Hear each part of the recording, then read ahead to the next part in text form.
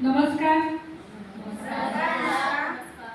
जोरात नाव झालं पाहिजे. हिरवे सरांचं नमस्कार.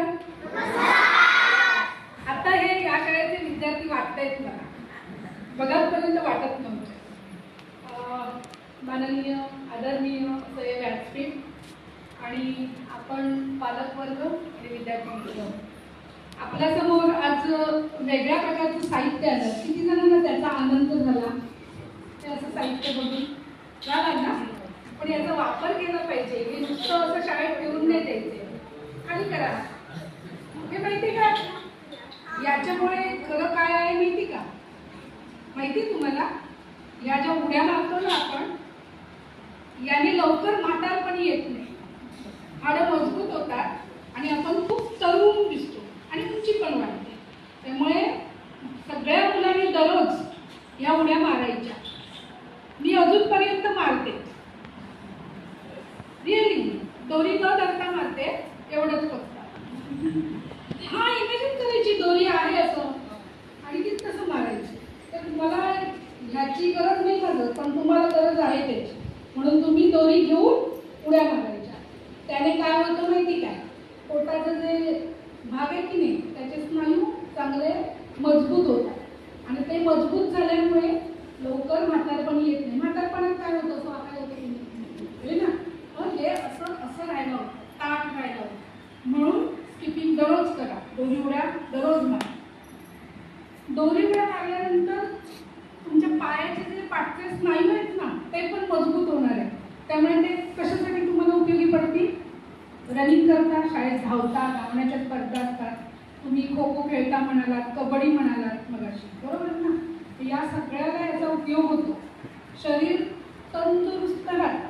मग शरीर जर तंदुरुस्त राहिलं, आरोग्यदायी राहिलं, तर काय होईल? तुमची प्रगती अजून होईल. तुम्हाला भूक लागेल, तुम्ही जेवणार चांगलं, मग तुम्ही अभ्यास पण चांगला करणार, हो की नाही? म्हणून हे जे सगळं साहित्य दिलेलं आहे त्याचा पुरेपूर वापर करायचा. बुद्धिबळ आहे, कॅरम आहे, हे बुद्धीचं तुम्हाला टॉनिक दिलंय, बरोबर? त्यामुळे ह्या सगळ्या गोष्टींचे शैक्षणिक साहित्याचा वापर करा. हे सुद्धा रिंग टेनिस हा आहे ना, इंटरनॅशनल गेम आहे. त्याला रिंग टेनिस म्हणतात.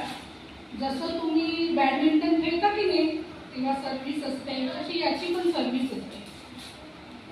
ग्राउंडच्या बाहेरून याला सर्व्हिस केली जाते आणि 8 त्याचे पॉईंट्स मोजले जातात. ज्याच्याकडे म्हणजे सर्व्हिस केली त्यामध्ये नेट असतं, असा तो गेम आहे. या गेममध्ये मी 3-4 बक्षिसं घेतलेली आहे पहिली दिवशी. तर हा गेम खूप चांगला आहे. तो सुद्धा बुद्ध्यांक वाढवणार आहे. त्याच्यामुळे तुम्हाला आता नेट जरी नसलं तरी इमॅजिन करायचं की मध्ये नेट आहे आणि तसं इकडे 2 प्लेयर, इकडे 2 प्लेयर असं खेळायचं. त्याचे नियम वगैरे माहीत नसतील, माहीत नसतील तर तुम्हाला मी सांगेन. त्या पद्धतीने पण शिकवलात ना तर तो गेम खूप हे आहे. आणि काय बाकीचे गेम तुम्ही खेळताच, धावता, बरोबर? पण मी ना त्याच्याबरोबर तुम्हाला थोडंसं असं सांगेन की मॅडम तुमचं कधीतरी पीटीचा वगैरे सर घेत असतील तर शरीराचे जेवढे अवयव आहेत ना त्यांचे यूज करण्यासाठी घेता ना सर, ते सुद्धा ते करून मग हे खेळ खेळायचे.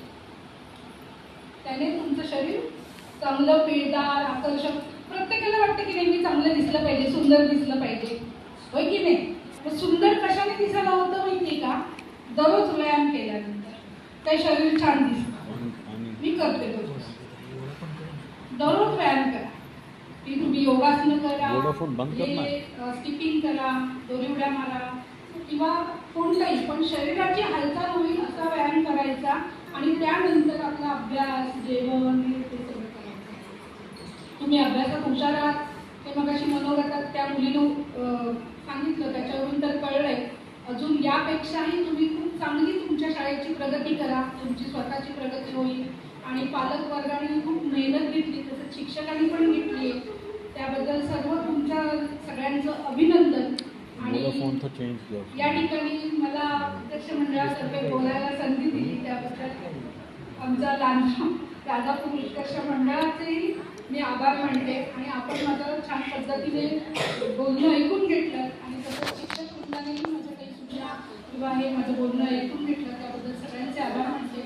मी माझे 2 शब्द संपवते आणि माझ्यानंतर मात्र पवार सर तुम्हाला मार्गदर्शन करणार आहेत हे मीच आधी सांगते.